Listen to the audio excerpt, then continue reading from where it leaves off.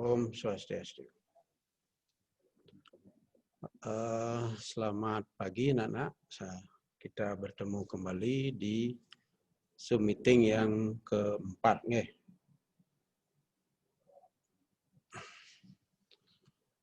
Sebelum kita mulai, jangan lupa kita tetap menjaga kesehatan, gitu ya. Protokol kesehatan harus diingatkan terus, baik di keluarga, di sekolah maupun di tempat-tempat umum. Mari kita saling mengingatkan. Karena kita tahu di Bali itu kasusnya semakin meningkat. Nah, oleh karena itu mungkin pemerintah sudah bekerja maksimal, tetapi pemerintah aja tidak cukup gitu. Maka mari kita masyarakat, anak-anak di rumah juga, di sekolah dimanapun anak berada, kalau ada yang istilahnya tidak pakai masker, kita bisa nasihati atau bisa sama-sama lah bagaimana cara menjaga kesehatan. Itu intinya supaya cepat pulih kita bisa sekolah. Karena mungkin anak-anak ingin ketemu tatap muka di bulan ini sebenarnya sudah mulai, tetapi karena ada kasus meningkat lagi, maka pemerintah mengambil kebijakan ditunda kembali. Itu ya. Jadi kita juga sebenarnya bagaimana bekerja sama dengan para stakeholder, masyarakat, tokoh masyarakat, dan anak-anak sebagai generasi muda. Jangan lupa, negara kita ini sedang mengalami yang namanya pandemi yang belum dapat dipastikan kapan berakhir. Jadi karena ini sangat berdampak, tadi sudah dikatakan sama ibunya, pariwisata itu kalau masih pandemi ya kita akan mengalami penurunan gitu ya. Jadi banyak karyawan yang dirumahkan, bahkan di PHK karena memang tidak ada pergerakan ekonomi. Dan di kuartal ini saya juga melihat di media bahwa Indonesia sekarang sudah hampir memasuki resesi gitu, karena sudah pertumbuhannya minus. Kemarin di kuartal kedua itu minus 5,32%, artinya sudah resesi. Kemudian sekarang diperkirakan minus 3-1%. Artinya apa? Dibandingkan dengan negara lain, mungkin Indonesia lebih baik gitu. Bersyukur juga kita lebih baik, karena ini mendunia ya.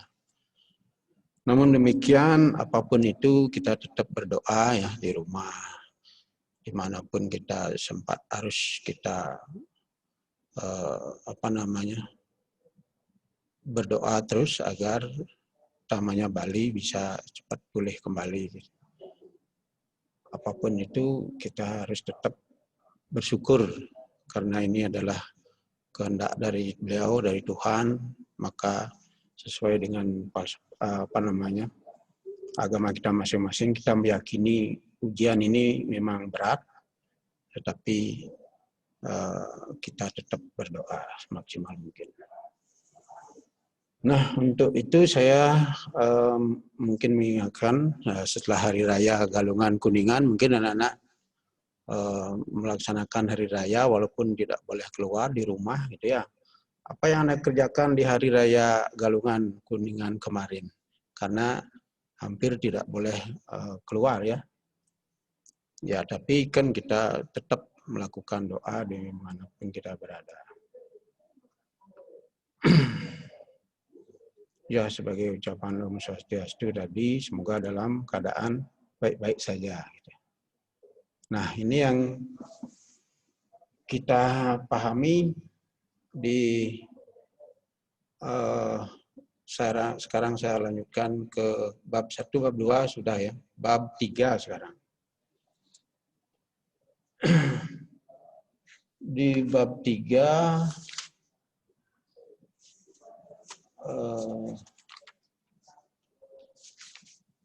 kita bahas tentang nilai-nilai Pancasila dalam praktek penyelenggaraan pemerintahan negara. Nah, kemarin di bab 2 mungkin anak-anak masih ingat fungsi dan peranan Pancasila. Masih ingat ya, Pancasila sebagai dasar negara, Pancasila sebagai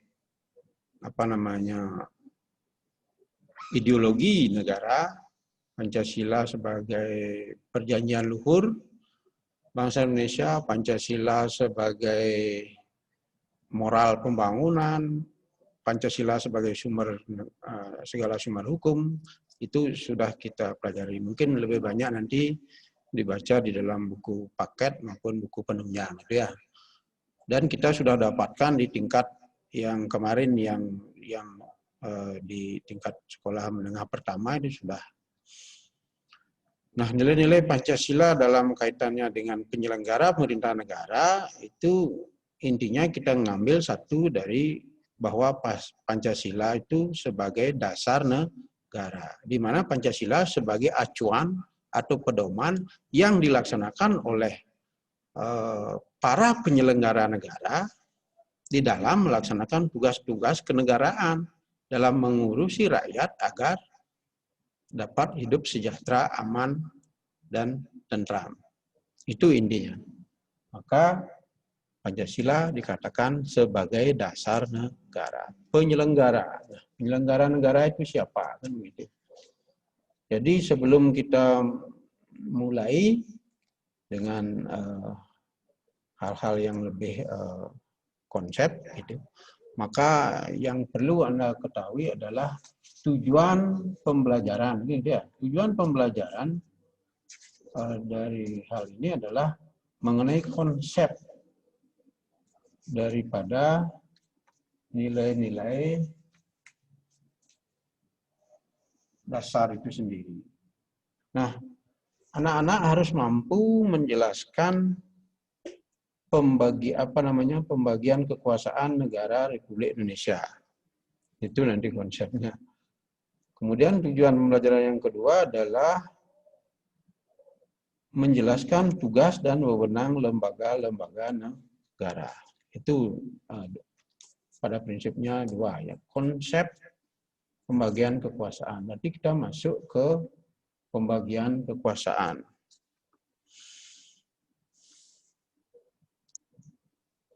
Nah, sistem pembagian kekuasaan negara Indonesia. Sistem pembagian kekuasaan negara Indonesia, di mana Pancasila sebagai dasarnya, dasar negara kita itu adalah menjelaskan bagaimana Pancasila dijadikan pedoman atau acuan oleh para penyelenggara negara. Pancasila yang berkedudukan sebagai dasar negara itu mengandung nilai-nilai yang dapat diterapkan di dalam berbagai bidang kehidupan, termasuk para penyelenggara negara dalam sistem pemerintahan negara. Pancasila juga diterapkan di dalam penyelenggaraan pemerintah, baik pusat maupun daerah. Kita kan memiliki pemerintahan pusat dan pemerintahan daerah. Nah, untuk hal berikutnya, dalam sistem pembagian kekuasaan itu ada dua, yaitu pembagian kekuasaan secara horizontal dan pembagian kekuasaan secara vertikal. Kalian masih ingat bahwa sistem pembagian kekuasaan di negara NKRI Republik Indonesia itu terdiri dari 3 lembaga pembagian kekuasaan, yaitu legislatif, eksekutif, dan yudikatif. Kalau eksekutif itu adalah pemerintah, yang disebut pemerintah itu adalah dari presiden, kemudian para menteri, pemerintah daerah, yaitu gubernur, bupati, dan wali kota. Itu semua pemerintah ya, baik dari pusat maupun daerah. Nah, pembagian kekuasaan eksekutif itu tugasnya adalah mengeksekusi anggaran yang ada di APBN untuk dilaksanakan agar terjadi pembangunan untuk kesejahteraan masyarakat. Nah, kemudian yang berikutnya legislatif. Kalau legislatif berarti apa? Adalah parlemen, yaitu DPR. DPR, MPR itu adalah sesungguhnya lembaga parlemen. Tetapi kedudukannya berbeda. Kalau di MPR itu adalah seluruh anggota DPR itu otomatis menjadi anggota MPR, gitu ya, dan ditambah DPD. Nah, jadi dia anggota MPR karena MPR dan DPR kewenangannya berbeda. Kapan dia sebagai anggota MPR, kapan dia sebagai anggota DPR. Nah, itu bisa kita jelaskan nanti lebih lanjut. Kemudian yang kekuasaan yang ketiga adalah kekuasaan yudikatif. Yudikatif ini adalah kekuasaan yang independen, yang merdeka. Tidak boleh diintervensi oleh siapapun. Apa itu? Adalah kekuasaan kehakiman. Dalam hal ini adalah Mahkamah Agung, Mahkamah Konstitusi juga termasuk di sana. Itu ya. Nah, sekarang saya masuk ke pembagian kekuasaan horizontal. Apa itu? Di tingkat pusat ada pemerintahan pusat yang terdiri dari lembaga negara. Kita mengenal lembaga negara Indonesia itu sesuai Undang-Undang Dasar 1945 yang disebut lembaga negara itu adalah satu MPR, saya sebutkan tadi itu lembaga negara ya, MPR, kedua DPR, ketiga Presiden, kemudian BPK, kemudian Mahkamah Konstitusi, kemudian Komisi Yudisial, pemerintahan daerah, terus BPK, Badan Pemeriksa Keuangan, kemudian KPU juga termasuk lembaga negara sebagai penyelenggara pemilihan umum, baik pemilihan presiden maupun pilkada. Yang sekarang pilkada kan pro kontra, apakah dilanjutkan di musim pandemi atau tidak, itu urusannya pemerintah pusat. Nah, itu namanya pembagian kekuasaan secara umum ya, kekuasaan horizontal. Nah, horizontal itu anak-anak kan tahu, horizontal artinya koordinasi kerjasama di antara lembaga negara, gitu ya, horizontal. Kalau manusia berhubungan horizontal berarti antara manusia dengan manusia. Kalau manusia dengan alam, hubungan vertikal namanya gitu ya. Di horizontal adalah kekuasaan secara horizontal itu kerjasama antara pemerintahan tingkat pusat maupun tingkat daerah itu bekerja sesuai dengan pasal-pasal di dalam Undang-Undang Dasar. Itulah ada tingkatannya baik dan pusat maupun daerah. Nah, berikutnya pembagian kekuasaan secara vertikal. Kalau tadi ke samping antara lembaga negara, nah sekarang pusat dan daerah. Pembagian kekuasaan secara vertikal, pengertiannya, kenapa ada kekuasaan secara vertikal? Karena Indonesia menganut asas desentralisasi. Bukan sentralisasi. Kalau sentralisasi kan pusat artinya. Pemerintah pusat yang menentukan semua. Nah, sekarang kita punya namanya pemerintah daerah. Yang saya sebutkan dari baik pemerintah daerah provinsi, kabupaten maupun kota madya gitu ya. Nah, itu disebut pemerintahan daerah. Daerah tingkat 1, tingkat 2, dan wali kota madya. Nah, vertikal yang dimaksud di sini adalah kewenangan yang didesentralisasikan, diberikan kewenangan pusat kepada daerah, kepala daerah. Kalau dari presiden misalnya atau dari kementerian pusat, memberikan kewenangan kepada gubernur maupun bupati wali kota untuk melaksanakan tugas-tugas tertentu sesuai dengan fungsi pemerintahan di daerah. Itu yang namanya pembagian kekuasaan secara vertikal. Jadi dari atas ke bawah. Jadi urusan apa yang diberikan? Misalnya urusan pendidikan. Jadi pemerintah pusat, misalnya gaji pegawai misalnya, sudah dialokasikan dana dari pusat untuk dianggarkan untuk gaji pegawai. Kemudian di bidang pendidikan mengurus kurikulum itu sudah dilimpahkan ke dinas pendidikan baik di provinsi maupun di kabupaten. Nah, ada kewenangan yang memang tidak diizinkan dikelola oleh daerah. Ada 6 itu ya. Apa itu? Adalah tentang politik luar negeri. Itu masih dipegang oleh pemerintah pusat. Daerah tidak boleh mengadakan kerjasama dengan negara lain karena harus dipegang. Jadi kalau daerah boleh kerjasama dengan negara lain itu berbahaya. Nah, maka dari itu duta dan konsul itu dilantik oleh presiden untuk ditempatkan di negara yang ada kaitannya hubungan diplomatik. Kemudian yang kedua adalah pertahanan, masih dipegang oleh pusat, tidak didesentralisasikan ke daerah.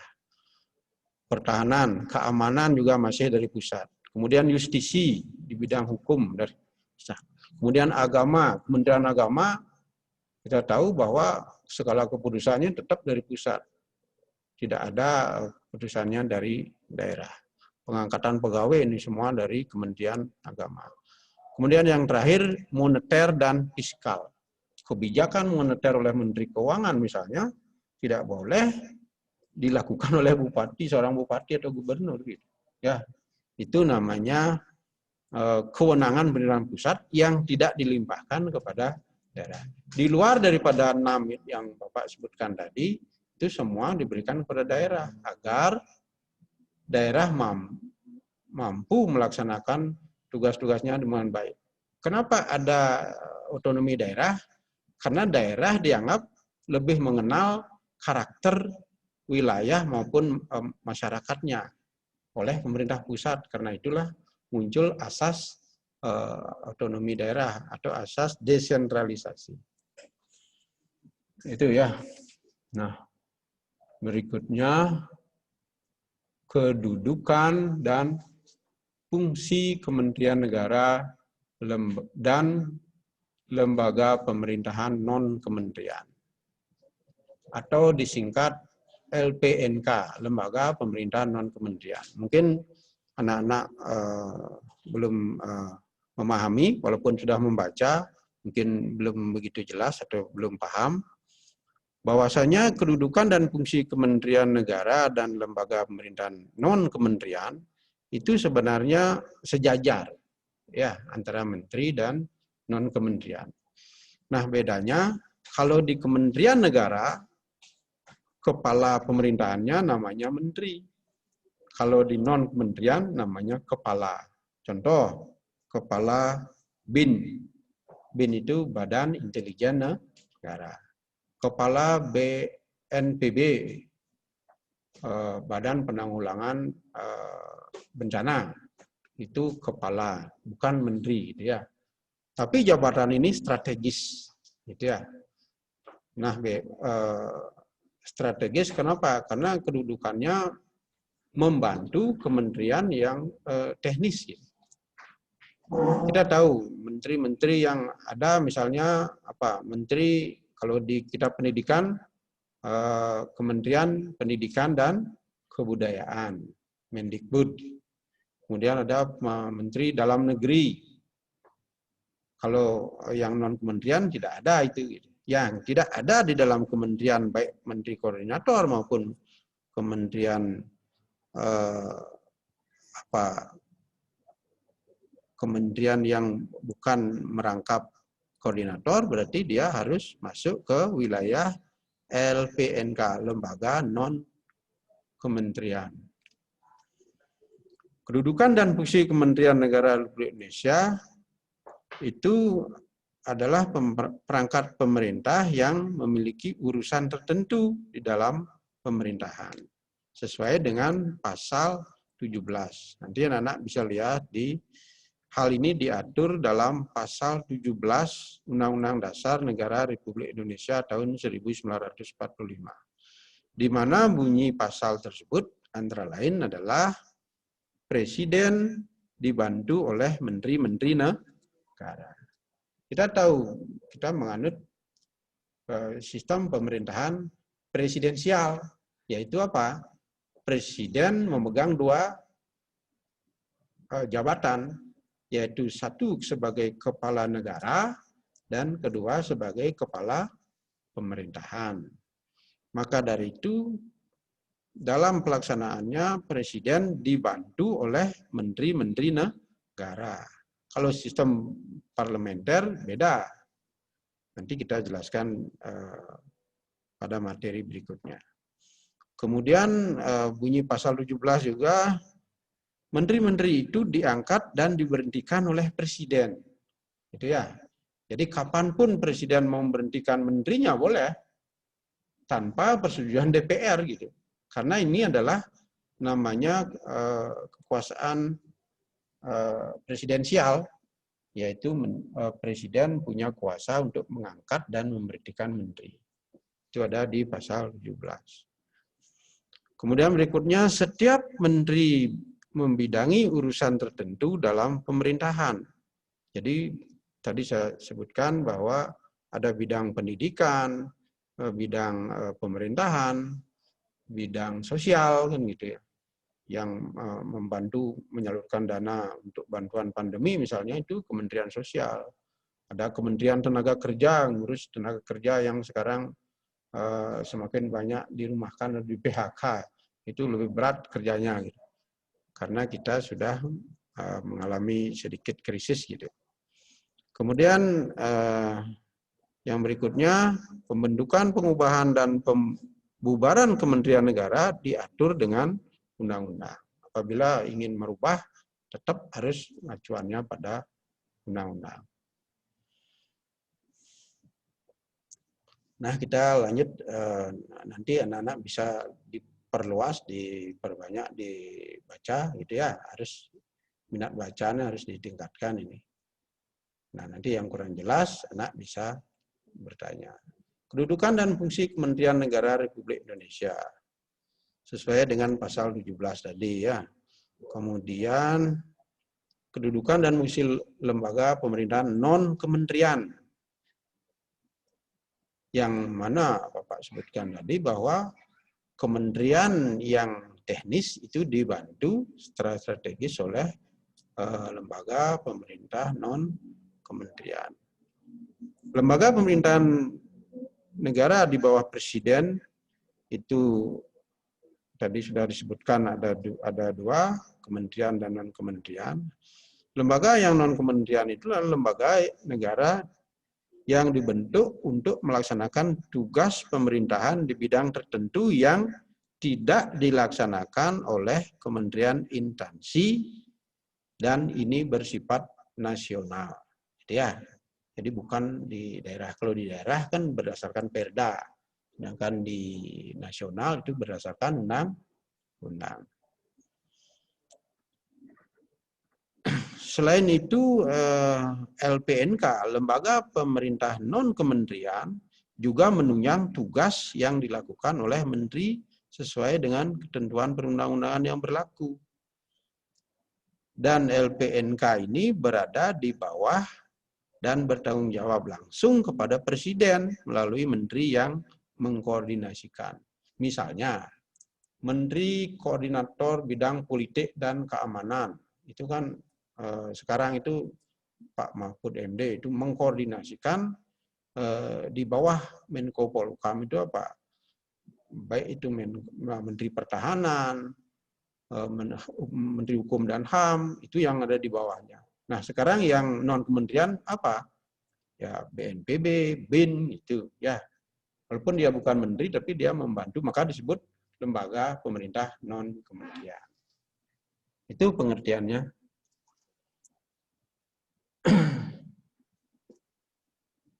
Saya lanjutkan lagi sedikit aja. Nilai-nilai Pancasila dalam penyelenggaraan pemerintahan negara. Pengertian sistem dalam Pancasila. Nah, Pancasila merupakan acuan utama bagi pembentukan hukum nasional. Maka kegiatan penyelenggaraan negara, partisipasi rakyat warga negara, serta pergaulan antar warga negara dalam kehidupan berbangsa dan bernegara itu harus berdasarkan kepada nilai-nilai Pancasila gitu.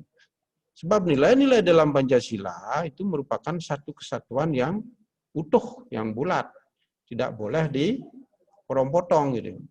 Jadi apalagi penyelenggaraan negara, karena di dalam kehidupan sehari-hari kita sebagai warga negara mesti menerapkan atau mempraktikkan nilai-nilai itu, bukan hanya wacana, bukan hanya slogan, bukan hanya hafal Pancasila, hafal peranan dan fungsi, tetapi tidak mempraktekkan.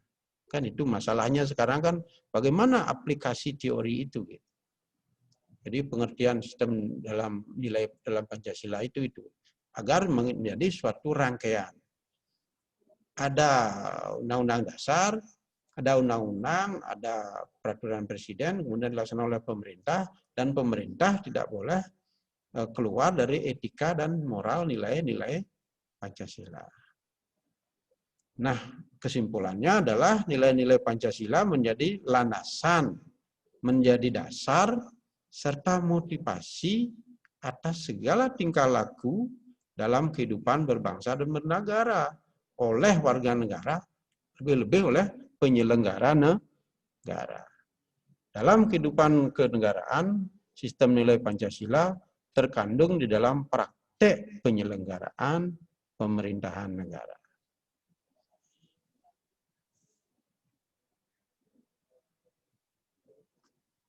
Nah, pelaksanaan Pancasila dalam penyelenggaraan pemerintahan negara, bagaimana?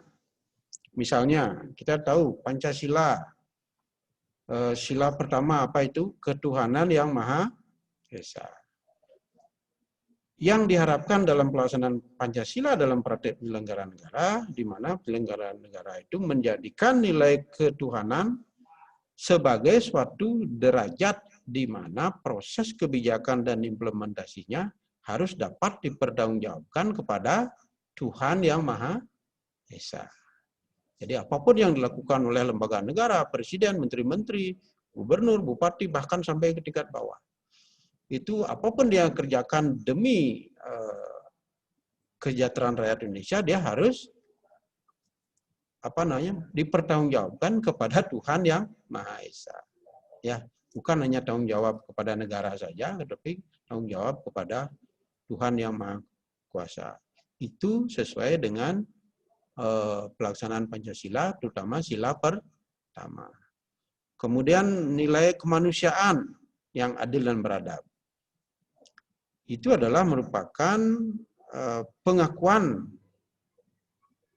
dan persamaan derajat yang berupa hak dan kewajiban, hak asasi manusia harus disejajarkan. Jadi kewajiban untuk melaksanakan hak asasi manusia. Setiap orang harus melaksanakan itu. Tidak boleh melanggar ketentuan dalam hak asasi manusia. Kemudian yang ketiga, nilai persatuan berarti derajat kepentingan bersama yang harus dijunjung tinggi dalam kondisi masyarakat Indonesia yang multi etnis dan heterogen. Multi etnis artinya ada etnis Tionghoa, ada etnis keturunan Arab yang sudah menjadi warga negara Indonesia. Bahkan kita heterogen gitu ya. Kita terdiri dari banyak sekali suku, adat, budaya, maka kita tahu terbentuknya negara NKRI, negara kesatuan itulah terdiri dari berbagai ras, suku, dan etnis. Maka disebut dengan multi etnis dan heterogen. Kemudian nilai sila keempat mengandung makna derajat kesejahteraan bersama harus menjadi cita-cita bersama dan menjadi landasan setiap aktivitas ekonomi ataupun dalam aspek kehidupan manusia yang lebih luas. Kemudian nilai gotong royong, itu sila kelima. Kekeluargaan, berarti derajat kerjasama dalam membangun kemajuan sosial. Itu yang mungkin ini sudah sering dibicarakan atau menjadi pembahasan sering, bagaimana melaksanakan nilai-nilai Pancasila. Bagaimana nilai dasar, nilai instrumental, dan nilai praktis daripada Pancasila. Intinya adalah bagaimana kita dalam kehidupan sehari-hari berbuat, berperilaku, memiliki karakter yang Pancasilais. Intinya itu sebenarnya. Itu saya kira untuk di bab 3, poin-poin saya sudah berikan. Mungkin anak-anak yang boleh bertanya, mungkin satu aja. Yang mau bertanya silahkan, supaya ada diskusi. Apa yang mungkin bisa kurang jelas gitu, karena waktunya sangat singkat.